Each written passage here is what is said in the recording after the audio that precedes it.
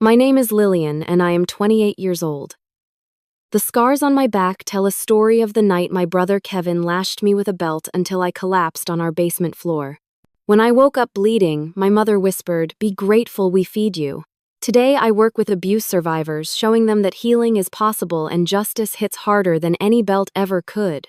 If you are watching this from a place where family should mean safety, please hit like and subscribe as I share how I found justice stronger than any belt. Growing up in suburban Denver, my childhood looked picture perfect from the outside. After my biological father died when I was 4, my mother Karen remarried Frank when I was 6 years old. Frank brought his son Kevin into our lives. Kevin was 8 at the time, just 2 years older than me. We moved into a beautiful 2-story house with a white picket fence and a backyard that seemed enormous to my young eyes. Frank worked as a bank manager, wearing crisp suits and carrying a leather briefcase that smelled like important business. Mom stayed home, transforming from a working single mother to a dedicated housewife almost overnight. The first few years were relatively normal. I remember Christmases with piles of presents under a perfectly decorated tree, birthday parties with matching plates and napkins, and weekend trips to the local amusement park where Frank would win stuffed animals for both Kevin and me. Mom seemed happy, always smiling and telling her friends how lucky she was to have found Frank after the tragedy of losing my dad. But beneath the surface, small signs of trouble bubbled up that I was too young to recognize. Frank had strict rules about everything. The house had to be spotless when he came home. Dinner had to be ready at exactly 6:30 p.m. Kevin and I had to maintain straight, as in school. My mother needed to account for every dollar she spent presenting receipts for Frank to review each weekend. "Your stepfather provides for us," Mom would say whenever I complained about the rigid structure. "We need to show our appreciation by keeping things exactly how he likes them." As the years passed, I watched Kevin transform from a relatively friendly stepbrother into something else entirely. By the time he hit 14, Kevin had adopted many of his father's mannerisms. He walked with the same stiff posture, spoke with the same clipped tone, and developed the same expectation that others should bend to his will. Frank seemed proud of this transformation, often patting Kevin on the shoulder and saying things like, "That is my boy strong, like his father." When I was 11 and Kevin 13, I started feeling uncomfortable being alone with him. He would stare at me with barely contained anger if I used the television remote or sat in what he considered his spot on the couch. He never hit me during those early years, but the threat seemed to hover in the air between us. "Stop being so sensitive," Mom would say if I mentioned feeling unsafe. Brothers and sisters always have their little squabbles. But it was more than squabbles, and deep down I think she knew it. I could see it in the way she would tense up when Frank criticized Kevin for being too soft with me. I could hear it in her forced cheerfulness when she intervened in our arguments before Frank could notice. My mother changed too. The woman who had once fiercely protected me as a single mom became increasingly anxious and eager to please Frank. She stopped wearing the bright colors she had always loved, switching to muted tones that Frank preferred. She cut her hair short because Frank mentioned liking it that way. She stopped calling her college friends because Frank thought they were too liberal and a bad influence. I remember one night when I was 13 coming downstairs for a glass of water and overhearing Frank and my mother arguing in the kitchen. I could not make out the words, just the harsh whisper of his voice and the soft, pleading tone of hers. The next morning, she wore a long-sleeved shirt despite the summer heat. When she reached for the cereal box, her sleeve rode up, revealing a darkening bruise on her forearm. Our eyes met for a second, and I saw something I had never seen in my mother before, shame mixed with fear. "I bumped into the door last night," she said, quickly tugging her sleeve down. So clumsy of me. That was the first time I realized that what was happening in our house was not normal, not healthy, and definitely not safe. But like many children in abusive households, I had no vocabulary to name it and no idea how to escape it. All I knew was that something was very wrong with the perfect family portrait we presented to the world. By the time Kevin turned 17, his behavior toward me had deteriorated from cold distance to active aggression. I was 13, awkward and trying to navigate middle school while walking on eggshells at home. Kevin had become Frank's golden child, excelling in academics and varsity baseball, his achievements constantly paraded before family friends as evidence of Frank's superior parenting. The first serious incident happened on a Tuesday afternoon. I had spread my homework across the dining room table working on a science project due the next day. Kevin came home from baseball practice in a foul mood, his team having lost an important game. He took one look at my project, a solar system model made with styrofoam balls, and deliberately knocked it to the floor.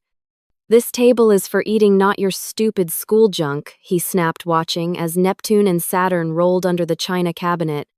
"Mom said I could work here," I protested, dropping to my knees to retrieve the scattered planets. Kevin leaned down, his voice dropping to a whisper. "If you tell Mom or Dad about this, I will make you regret it. Nobody will believe you anyway. I am the good kid, remember? When I tried to talk to Mom about what happened, she dismissed my concerns. Siblings fight sometimes, Lillian. Kevin is under a lot of pressure with college applications coming up. Just try to stay out of his way when he is stressed." That became my strategy: avoid Kevin, avoid conflict, become invisible. But it was impossible to disappear completely in our own home. Kevin seemed to find reasons to be angry with me. If I used the bathroom too long in the morning, if I breathed too loudly during family movie night, if I got slightly better grades than him in English, his one weak subject. Frank began to delegate discipline to Kevin when he was away on business trips. "Kevin is the man of the house when I am gone," he would announce before leaving. "I expect you ladies to listen to him." My mother would nod obediently, and I would feel a knot form in my stomach knowing what was coming. The first time Kevin physically hurt me was over something trivial. I had stayed at school for a study group and arrived home 5 minutes after my curfew. Kevin was waiting by the door, checking his watch with exaggerated motions. "You are late," he stated flatly. "Just by 5 minutes." "The bus was delayed," I explained, trying to move past him toward the stairs. He blocked my way and without warning slapped me hard across the face. The shock of it stunned me more than the pain. "Next time be punctual," he said calmly, as if he had just commented on the weather instead of assaulting his younger sister. I ran to my room, tears streaming down my face, my cheek burning. When my mother came home from her part-time job at the library, I showed her the red mark still visible on my face.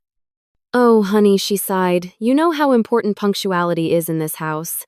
Just try harder to be on time, and these things will not happen." Her response hurt more than Kevin's slap. In that moment, I realized I was truly alone in my own home. I tried reaching out to a teacher once, Mrs. Garcia, who had noticed my withdrawal in class. "Things at home are not great." I ventured, not quite brave enough to say more. "Is everything okay with your parents, Lillian?" she asked, concern evident in her voice. "It is not my parents," I started, but then stopped. How could I explain that my brother had appointed himself my personal tormentor with my parents' blessing? It sounded unbelievable even to me. "You can tell me anything," Mrs. Garcia assured me. But when I mentioned Kevin's name, her expression changed. "Kevin Williams, he is one of our top students. Just yesterday, he was helping with the freshman tutoring program." The doubt in her voice was clear. Kevin had cultivated a sterling reputation at school, charming teachers and peers alike. No one would believe he was capable of cruelty behind closed doors. I developed strategies to survive.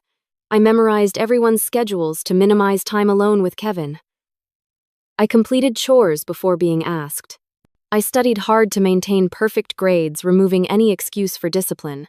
I became an expert at reading facial expressions and body language sensing, when Frank was in a dangerous mood or when Kevin was looking for an outlet for his frustration. The loneliness was crushing. I had few friends because I was never allowed to visit their homes, and I was too ashamed to invite anyone to mine. What would they think if they witnessed how I was treated? Would they tell someone who could help?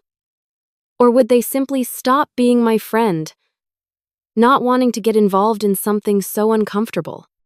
On Kevin's 17th birthday, Frank presented him with an expensive leather belt, handcrafted Italian leather with a heavy silver buckle. "This is a man's belt," Frank declared proudly as Kevin unwrapped it. "Something of quality that will last for years." Kevin ran his fingers over the smooth leather, a small smile playing at the corners of his mouth. Frank clapped him on the shoulder and added, "Sometimes beautiful things can also teach important lessons."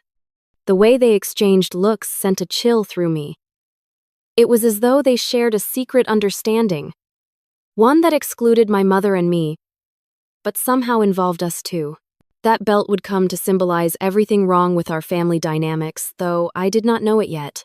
I just knew that when Kevin threaded it through his belt loops the next morning wearing it to school for the first time, I felt a premonition of danger that made my hands shake as I packed my lunch. It was a Friday evening in October, unusually cold for Denver that time of year. Frank and my mother were attending a charity gala for the bank where he worked, leaving Kevin in charge of the house. At 17, he took this responsibility with disturbing seriousness, strutting around the kitchen in pressed khakis and a button-down shirt, checking his watch every few minutes, as if managing a corporate office instead of watching his 13-year-old sister. "Mom left lasagna in the fridge," he informed me. "I expect the kitchen to be spotless after you eat." I nodded silently, keeping my eyes down as I had learned to do. Direct eye contact often triggered his anger, interpreted as defiance rather than normal human interaction. I waited until he went upstairs before retrieving the food hungry after a long day at school, where I had skipped lunch to finish a math assignment. The lasagna was cold in the center despite my efforts to heat it properly. As I carried the plate to the table, my sock caught on a rough spot in the linoleum. I stumbled, barely catching myself, but the plate tilted enough to send the glass of milk next to it crashing to the floor. The sound of shattering glass seemed to echo through the entire house. My heart raced as I dropped to my knees, frantically gathering shards of glass with trembling hands. A drop of blood appeared where a jagged edge had nicked my finger, but I barely noticed. All I could think was, clean it up before Kevin comes, clean it up before Kevin comes. Too late.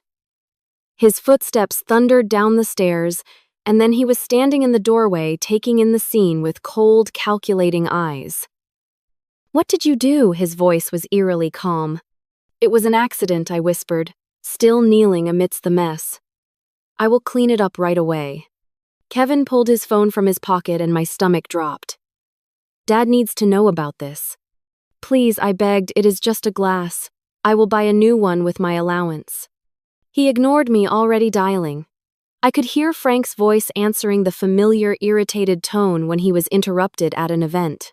Kevin described the situation as if reporting a major disaster rather than a broken glass, emphasizing my carelessness and disrespect for family property. I could not hear Frank's exact words, but Kevin's expression shifted from righteous anger to something darker, more satisfied. "Yes, sir. I understand. I will handle it." He ended the call and slipped the phone back into his pocket, his eyes never leaving my face. "Dad says you need to be taught a lesson about responsibility and respect." Ice seemed to flood my veins. I knew what that meant in our household. I said I was sorry. "It will not happen again." "Get up," Kevin ordered, ignoring my apology. "Go to the basement." The basement, where punishments happened because it was soundproofed by thick concrete walls, where Frank had installed a small gym that no one used except as a place to administer discipline away from windows and neighbors. "Kevin, please," I tried one last time. "It was just an accident." His hand shot out, gripping my upper arm so tightly I knew it would bruise. "Now, Lillian." He marched me down the basement stairs, flipping on the harsh fluorescent lights that made the space feel like an interrogation room. The weight bench sat in the center, a grim throne for what was about to happen. "Bend over the bench," he instructed, his voice detached, as if he were merely a technician performing a routine procedure. When I hesitated, frozen with fear, he shoved me roughly toward the bench. "Dad said I should use whatever means necessary to ensure you learn this lesson." I heard the soft slide of leather as he removed his belt, the one Frank had given him for his birthday. The sound sent panic coursing through me.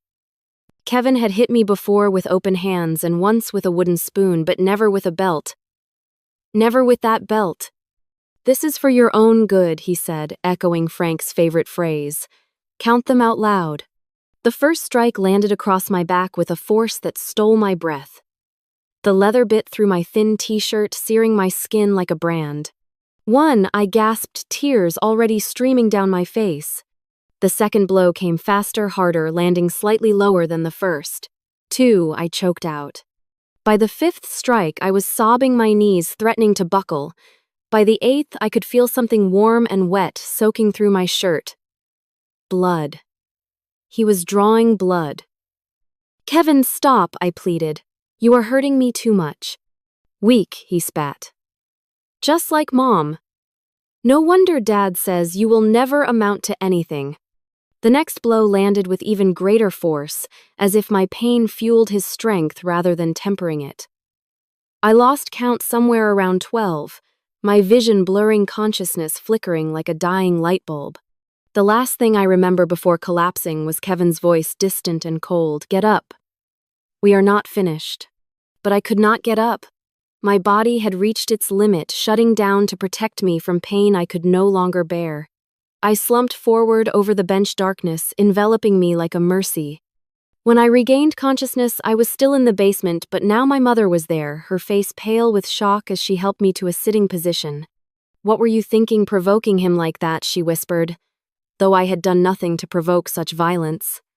"Mom," I croaked, my throat raw from crying. "He hurt me, really hurt me." She glanced nervously toward the stairs, checking if Frank or Kevin might overhear. "You know how important this dinner was for your father. Now, he had to leave early because of your behavior." I stared at her in disbelief, my back screaming with pain, feeling the wetness of blood soaking my shirt. My behavior? I dropped a glass by accident. Her face hardened in that way. I had come to recognize the expression she wore when choosing Frank over me. "Why can you not just behave properly? Be grateful we feed you. Give you a roof over your head. Some children have nothing." Those words cut deeper than the belt had. Be grateful we feed you. As if providing basic necessities for your child was an extraordinary act of charity, rather than the bare minimum of parental responsibility. She helped me upstairs but did not offer to treat my wounds or call a doctor.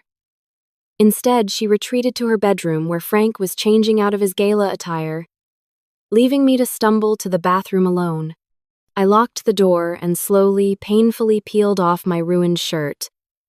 The mirror revealed what Kevin had done.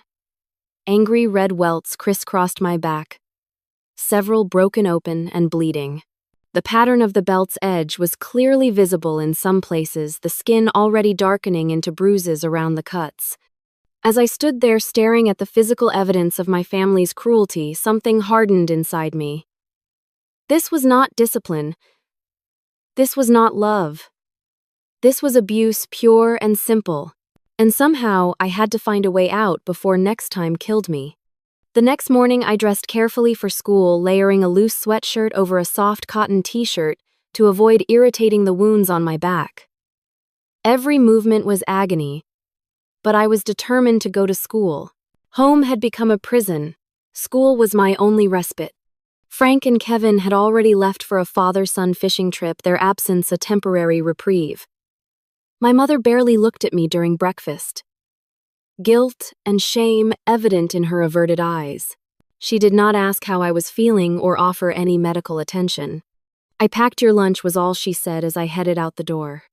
At school, I moved through the morning in a fog of pain and exhaustion. Sitting in hard plastic chairs was torture, the pressure against my back, causing fresh waves of agony with each shift in position. By fourth period, I was fighting back tears, my concentration shattered. Then came gym class. The one class I could not fake my way through. The one class that required changing clothes in front of others. Lillian, Miss Thompson, our gym teacher, called when I tried to slip past her without changing. "You know the rules. Proper gym attire, or it affects your grade." I am not feeling well. I attempted hugging my books to my chest like a shield. "Could I sit out today?" She studied my face, noting the dark circles under my eyes, the paleness of my skin. "Come to my office for a minute." In her small office adjacent to the locker room, Miss Thompson gestured for me to sit. "This is the third time this month you have asked to skip class. Is everything okay?" Something about her genuine concern cracked the dam I had built around my emotions. Tears welled up before I could stop them. "I cannot change," I whispered. "My back." Her expression shifted from concern to alarm. "Are you injured? Did something happen?" I hesitated, years of family secrecy warring with my desperate need for help. "If I show you, will you promise not to tell anyone?" A childish request impossible for any responsible adult to honor. Miss Thompson knelt beside my chair, her voice gentle but firm. "Lillian, if you are hurt, I need to help you. That might mean involving others who can make sure you are safe." In that moment, I made the decision that would change everything. I turned and slowly lifted the back of my sweatshirt, then my t-shirt, revealing what Kevin had done. I heard Miss Thompson's sharp intake of breath. "Oh my God, Lillian. Who did this to you?" "My brother," I admitted, the words feeling strange after so many years of silence. "Last night, because I broke a glass." What followed was a whirlwind of activity. Miss Thompson immediately took me to the school nurse who documented my injuries with clinical efficiency, her face grim as she photographed the welts and cuts. The principal was called then Child Protective Services. A social worker arrived, gentle, voiced, but direct with her questions. "Has this happened before? Who else was home when this occurred? Do your parents know about this injury? Do you feel safe returning home today?" To that last question, I finally spoke the truth. I had been hiding from my number. I do not feel safe there at all. I was taken to the hospital for a proper medical examination. The doctor, a kind woman with silver-streaked hair, cleaned and dressed my wounds while explaining that some might leave permanent scars. "These are not consistent with reasonable discipline," she stated for the record. "This is abuse." The word hung in the sterile air of the examination room. Abuse. A label for what I had endured for years. A validation that what happened in our house was not normal, not acceptable, not my fault. While I was at the hospital, my parents and Kevin were contacted by authorities. Their reaction was predictable: denial, minimization, blame shifting. "Lillian has always been prone to exaggeration," Frank told the social worker, according to reports I later saw. "She is going through a difficult phase, acting out for attention." My mother echoed his claims, though witnesses noted she seemed nervous, eyes constantly darting to Frank for approval. "We have always been a loving family." "I cannot imagine how this happened." Kevin, coached by Frank, presented himself as the responsible older brother reluctantly tasked with reasonable discipline. "She was being disrespectful and destructive," he stated. "I only gave her a light punishment like Dad asked me to. She must have hurt herself worse afterward to make it look bad." But the medical evidence told a different story. The pattern of injuries was consistent with repeated blows from a belt, delivered with significant force. The doctor estimated it would have taken at least 15 to 20 strikes to cause such damage. That night, instead of returning to the house with the white picket fence, I was placed with a temporary foster family. The Johnsons were experienced foster parents who specialized in emergency placements. Their home was modest but warm, with clear rules posted on the refrigerator and soft blankets on every couch. "You are safe here," Mrs. Johnson assured me as she showed me to a small bedroom with pale blue walls. "No one is going to hurt you in this house." It was the first time in years I fell asleep without fear knotting my stomach. The legal process moved slowly. I was assigned a guardian ad litem named Sarah, a lawyer whose sole job was to represent my best interests in court. She explained each step as we went, patient with my questions and fears. "Will I have to see them in court?" I asked during one of our meetings. "Unfortunately, yes," Sarah admitted. "But I will be right beside you and you will be completely safe." Frank hired an expensive lawyer who specialized in family cases. They fought hard against the emergency custody order, presenting character witnesses who testified to what a pillar of the community Frank was, how Kevin was an honor student headed for an Ivy League school, how my mother volunteered at church. The pressure to recant my story was enormous. Phone calls came from relatives I barely knew. pleading with me to stop tearing the family apart. Letters arrived from church members suggesting I had misinterpreted what happened. Frank's lawyer built a narrative of me as a troubled teen making false accusations for attention. There were moments I almost gave up. The weight of standing against my entire family, of being painted as a liar and troublemaker, felt too heavy to bear. But then I would catch a glimpse of my back in the mirror, the healing wounds that would become permanent scars, and my resolve would strengthen. Miss Thompson visited me at the Johnsons bringing homework and updates from school. "I am proud of you," she told me. "What you are doing takes incredible courage." Sarah prepared me meticulously for court, explaining what to expect, how to answer questions truthfully but concisely, how to remain calm if Kevin or Frank tried to intimidate me with looks or gestures. "Just tell the truth," she advised. "That is all you need to do. The truth is on your side." As the court date approached, my nightmares intensified. I would wake gasping, feeling phantom belt strikes across my back. Mrs. Johnson would bring me warm milk and sit with me until I could sleep again, never rushing me, never asking questions. I was not ready to answer. The day before we were due in court, Sarah called with unexpected news. "The prosecutor wants to amend the charges to include your stepfather," she explained. "Based on your brother's history and the severity of your injuries, they believe Frank directed this abuse and should be held equally responsible." It was the first time I allowed myself to hope that true justice might be possible, that the court might see through the perfect family facade to the darkness that had nearly destroyed me. The juvenile courtroom was smaller than I had imagined, nothing like the grand chambers shown on television dramas. The wood paneling gave it a solemn atmosphere, the state seal hanging prominently behind the judge's bench. Every sound seemed amplified in the hushed space, the scratch of pens on legal pads, the rustle of documents being passed between attorneys, the soft squeak of chairs as people shifted position. I sat beside Sarah, trying to keep my breathing steady as she had taught me. "Do not look at them until you have to," she had advised. "Focus on the judge, or on me." But I could not help one quick glance to my right, where Frank, my mother, and Kevin sat with their attorney. Frank looked immaculate. As always, his suit pressed his expression controlled. My mother appeared smaller, somehow hunched slightly as if trying to disappear.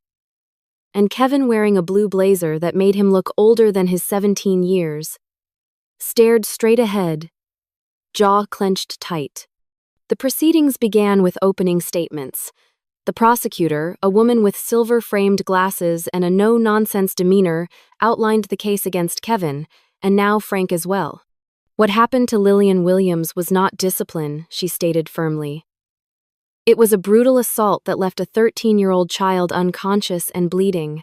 The evidence will show that this was not an isolated incident, but part of a pattern of abuse enabled and encouraged by the adults who should have protected her." Frank's attorney countered with the narrative they had been building. "I was a troubled teen making exaggerated claims. Kevin was an exemplary young man who had administered appropriate discipline as directed by his father. Any injuries were accidental or self-inflicted after the fact. The Williams are a respected family," he concluded smoothly. "Dismantling this home based on the allegations of an admittedly difficult child would be a grave injustice." When it was my turn to testify, Sarah squeezed my hand reassuringly before I took the stand. The oath to tell the truth felt momentous, a promise to myself as much as to the court. I began with the night of the beating, describing in detail what had happened.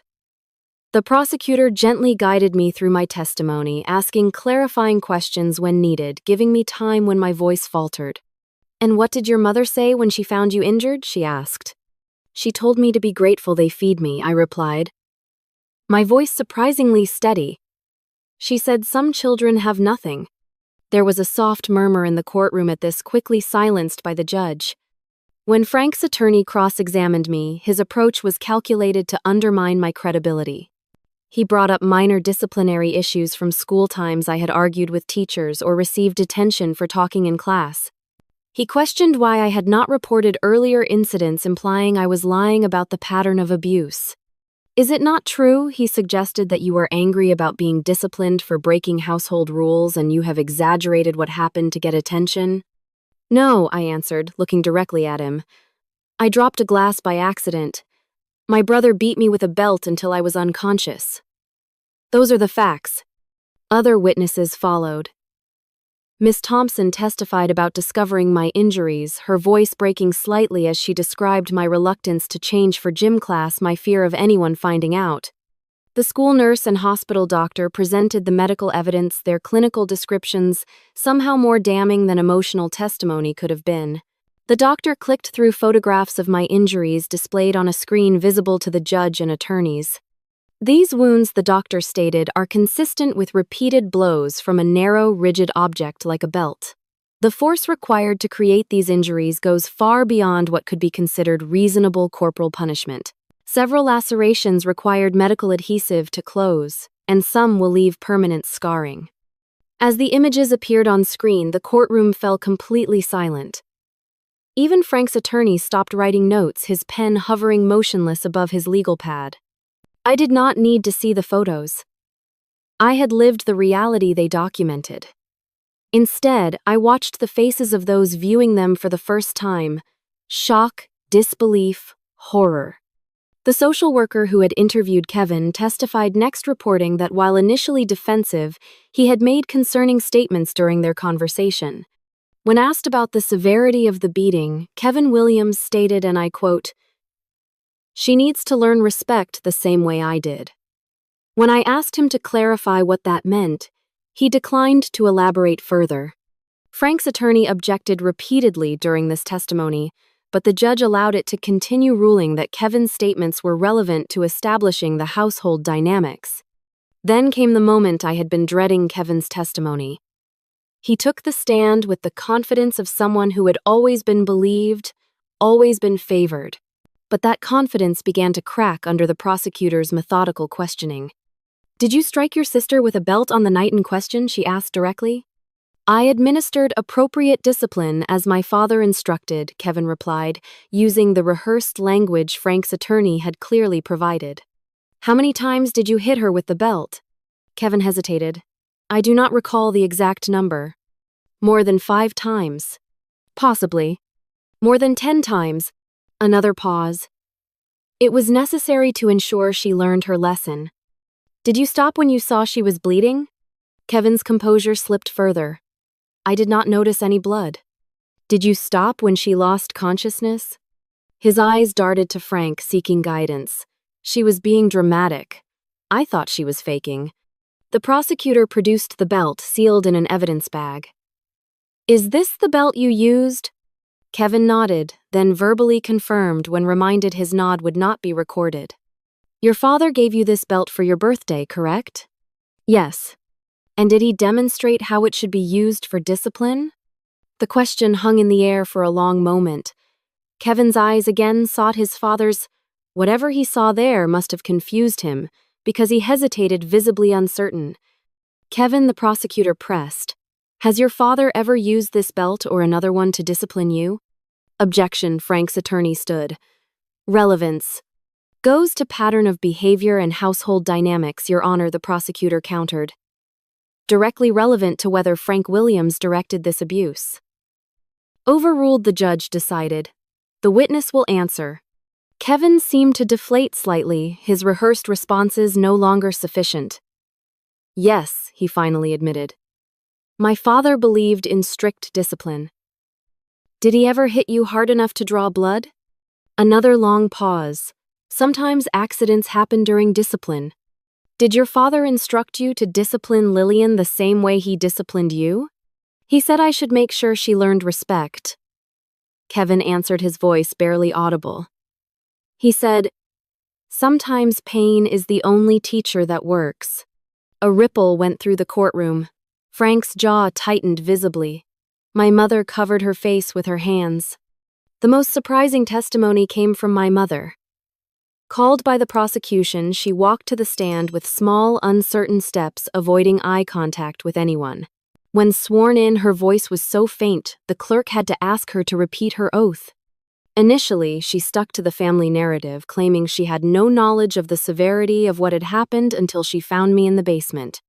"And what did you do when you found your daughter unconscious and bleeding?" the prosecutor asked. "I helped her upstairs," my mother answered. "Did you seek medical attention for her?" Number. "Why not?" My mother glanced at Frank, then down at her hands twisting in her lap. Frank said it was not necessary. Mrs. Williams, the prosecutor, continued gently, "Has Frank ever used physical discipline on you?" Frank's attorney objected immediately, but again was overruled. My mother sat in silence for so long I thought she might refuse to answer. Then, almost imperceptibly, she nodded. "For the record, Mrs. Williams, has your husband physically abused you?" "Yes." The word seemed to cost her everything. "For how long?" "Since the first year of our marriage." Her voice grew slightly stronger. 8 years. "Were you afraid of what might happen if you sought help for Lillian after this incident?" "Yes." Tears slid down her cheeks now. "Frank said it would destroy our family, that Kevin would lose his college chances, that I would lose everything." "So you told your injured daughter to be grateful for being fed." My mother looked up, then meeting my eyes for the first time. "I was wrong," she said clearly. "I was terribly wrong, and I will regret it for the rest of my life." The judge called a brief recess after my mother's testimony. When court resumed, Frank took the stand, his demeanor still controlled, but with an edge of desperation now. He denied directing Kevin to beat me severely, claimed any injuries were unintentional, and attempted to paint himself as a strict but loving father. But the evidence had mounted too high, too undeniably. The medical records, the testimony from school officials, Kevin's admissions about Frank's discipline methods, and finally my mother's confirmation of abuse all built a case that his smooth denials could not dismantle. When the judge delivered her ruling, her voice was stern with barely contained anger. "The evidence in this case reveals not just a single incident of excessive punishment, but a household where violence was used systematically to control and intimidate." She ordered Kevin to be placed in a juvenile detention facility with mandatory therapy, a remarkably serious consequence for a first-time offender with his academic record. Frank was charged with child endangerment and domestic violence, with criminal proceedings to follow in adult court. My mother was required to attend parenting classes and therapy with supervised visitation to be reassessed after 6 months. Most importantly for me, I would remain in foster care with a permanent placement to be arranged pending further evaluation. As the bailiff led Kevin away, he looked back at me once. In his eyes, I saw confusion and the first hints of something that might, with time and therapy, become remorse. Frank stared straight ahead, his perfect facade finally shattered. And my mother, after a whispered conversation with her newly appointed attorney, approached Sarah and asked if she might speak with me privately at some point. "That will be up to Lillian," Sarah replied, her hand protective on my shoulder. I did not answer then. I was too overwhelmed by what had just happened, by the public acknowledgement of what I had endured, by the validation that I had not been wrong or weak or deserving of abuse. Justice had finally spoken, and its voice was louder than my fear. 2 weeks after the court hearing, I moved from the Johnsons' emergency placement to a more permanent foster home. The Williams family, no relation to my former family, a coincidence that initially made me uncomfortable, had been fostering children for over 15 years. They lived in a modest 4-bedroom house about 30 minutes from my school, allowing me to continue attending without disruption. Carol and Robert Williams were in their 50s, with grown children of their own, and a seemingly inexhaustible reserve of patience. Their home operated on clear but gentle principles: respect for privacy, open communication, and natural consequences rather than punishment. The first time I accidentally broke a mug while doing dishes, I had a panic attack, certain that some form of retribution would follow, despite their assurances to the contrary. Lillian, Carol said, kneeling beside me as I frantically tried to gather the ceramic shards with shaking hands. "Accidents happen. They happen to everyone. No one gets hurt for accidents in this house." It took weeks before I truly believed her, before I stopped flinching at sudden movements or apologizing constantly for minor infractions of rules that existed only in my mind. My healing was not just physical but psychological. The welts and cuts on my back gradually faded to scars, pink lines that would eventually silver with time.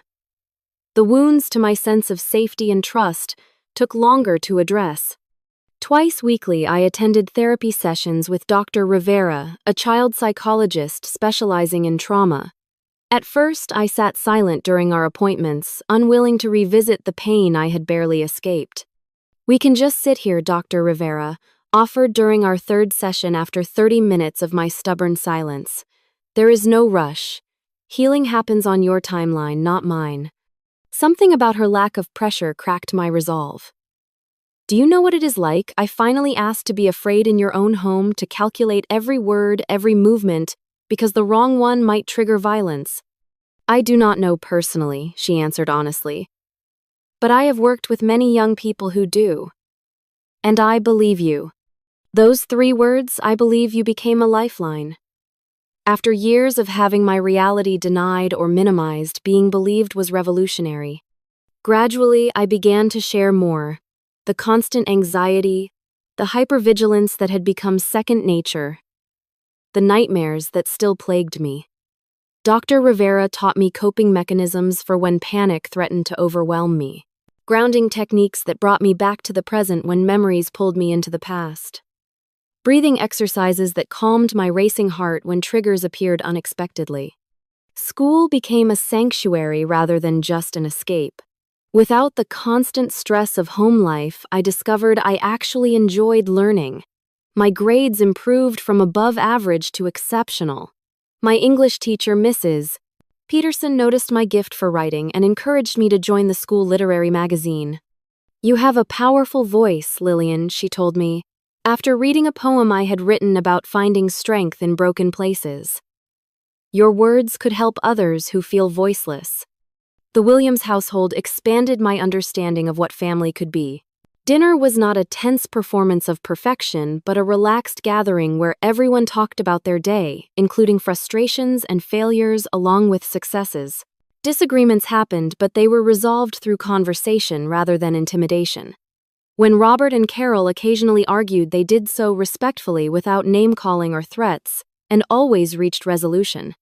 "Healthy conflict is normal," Carol explained when she noticed my anxiety during one such discussion.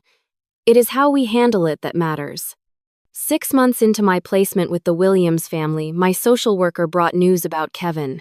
He had been participating in an intensive therapy program at the juvenile facility, addressing not just his behavior toward me, but the abuse he had suffered himself. "He has asked if you would consider receiving a letter from him," the social worker explained. "You are under no obligation to agree." I considered the request, carefully discussing it with both Dr. Rivera and the Williams. "What do you think I should do?" I asked Carol one evening. "I cannot tell you what to do," she replied. "But I can tell you that whatever you decide, we will support you. Your healing comes first." After 2 weeks of consideration, I agreed to receive Kevin's letter. It arrived in a plain envelope, 3 pages of careful handwriting. He did not make excuses for what he had done, though. He explained the cycle of violence that had shaped him. Frank had begun disciplining him when he was 8, using increasingly severe methods as Kevin grew older. By the time I entered the picture, Kevin had been conditioned to believe that violence was normal, even necessary for proper development. "I am not writing this to justify what I did," his letter concluded. "Nothing could justify hurting you that way. I am writing because I want you to know I am working to break this cycle. I will never hurt anyone like that again. I do not expect your forgiveness, but I hope someday you might find peace." I did not respond immediately. The letter stirred complicated emotions, anger still, but also a new understanding of how Kevin had been shaped by the same toxic environment that had nearly destroyed me.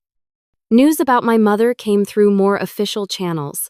She had filed for divorce from Frank, moved into a small apartment, and was faithfully attending both individual therapy and parenting classes. Her supervised visits with me began awkwardly, both of us uncertain how to interact, without the oppressive presence of Frank dictating our roles. "I failed you," she said during our third visit, finally addressing the elephant in the room. "I was supposed to protect you, and instead I became part of what hurt you." "Why did you stay?" I asked, the question that had haunted me for years. Why did you let it happen to us? She had no simple answer, just the complicated reality of fear, financial dependence, eroded self-worth, and the insidious way abuse escalates so gradually that each new level becomes normalized. I thought I was keeping things from getting worse, she explained. I believed if I could just be perfect enough, do everything right, he would not get angry. When that failed, I thought if I could at least direct his anger toward me instead of you kids, I was doing my job as a mother. She wiped away tears. I was wrong. So terribly wrong. Forgiveness did not come quickly or easily.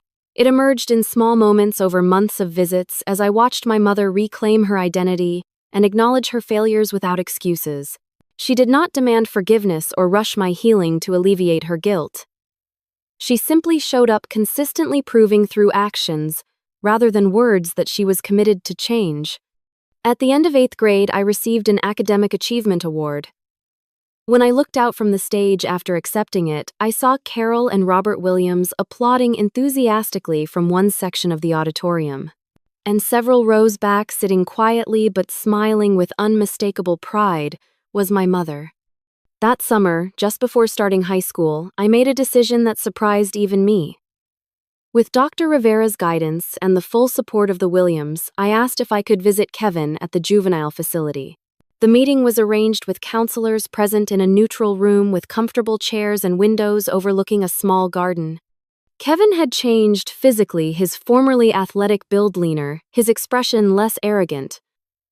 When I entered, he stood, but did not approach me, respecting the boundaries we had established beforehand. "Thank you for coming," he said simply. We talked for 45 minutes, not about the past primarily, but about the present. His therapy, my new home, the books we were reading, his plans to complete his GED. Near the end, he asked the question I could see had been weighing on him. "Do you think you will ever be able to forgive me?" I considered my answer carefully. "I am working on it," I told him honestly. "Not for your sake, but for mine. Holding on to hate takes too much energy that I need for healing." He nodded, accepting this partial answer as more than he had any right to expect. As I prepared to leave, he said one more thing: "I am proud of you, Lillian, for being stronger than all of us." High school began with a fresh start. Few of my new classmates knew my history, and those who did respected my privacy. I joined the debate team, discovering I had a talent for articulating arguments clearly and persuasively. My English teacher encouraged me to consider a future in law or psychology fields where I could potentially help others who had experienced trauma similar to mine.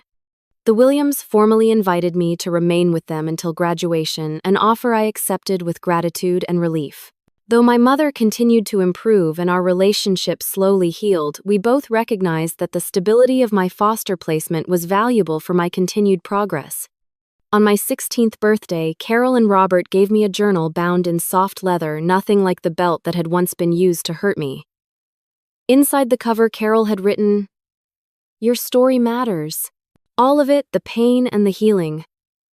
One day, it might light the way for someone else lost in darkness." That night, I began writing my full story for the first time, not just the trauma, but the recovery, the rebuilding of a life I once thought permanently shattered.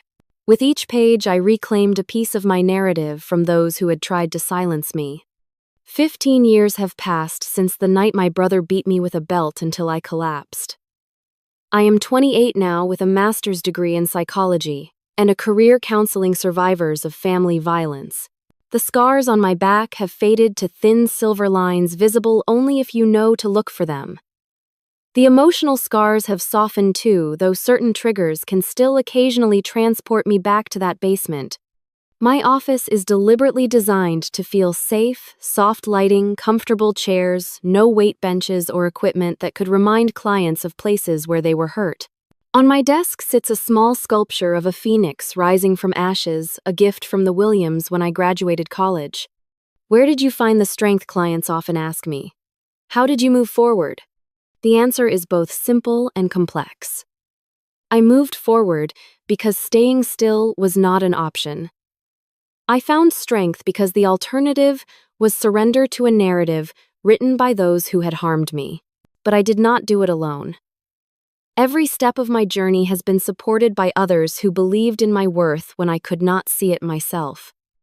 Miss Thompson, the gym teacher, who noticed what others missed and took action rather than looking away. The Johnsons, and then the Williams, who showed me what family should be. Dr. Rivera, who guided me through the labyrinth of trauma with unfailing patience. Sarah, the guardian ad litem, who fought for my rights in court. These people formed a safety net that caught me when I fell, and a ladder that helped me climb toward healing. My mother and I have built a new relationship, one based on honesty rather than fear. She completed therapy, maintained her sobriety after turning to alcohol briefly during the divorce, and eventually became an advocate for domestic violence awareness, speaking to women's groups about recognizing the warning signs she had missed or ignored. "I cannot change what happened to you," she told me once, "but I can help make sure it does not happen to someone else's child." Frank served 4 years for child endangerment and domestic violence. Upon release, he moved to another state. We have had no contact, a boundary I established and have maintained. Some wounds are best healed by distance. Kevin's path has been more complicated. After 3 years in juvenile detention with intensive therapy, he earned his GED and eventually a degree in social work. Today, he works with at-risk youth, particularly boys showing early signs of violent behavior. We communicate occasionally through email and have met in person a handful of times. Our relationship will never be typical, but it has evolved into something neither of us could have imagined during those dark years in that house. "The belt left scars on both of us," he said during our last meeting. "Just different kinds." The most powerful lesson I have learned through all of this is that cycles can be broken. The violence that shaped my childhood did not have to define my future. I made a conscious choice to end the pattern, to build a life based on compassion rather than control, communication rather than fear.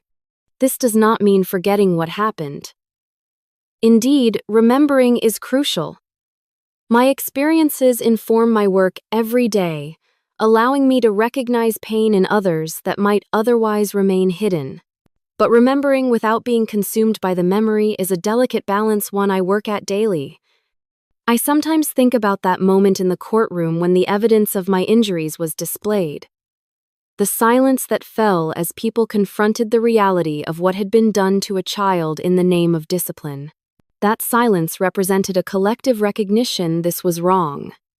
Unequivocally, undeniably wrong. Justice did indeed hit harder than any belt could.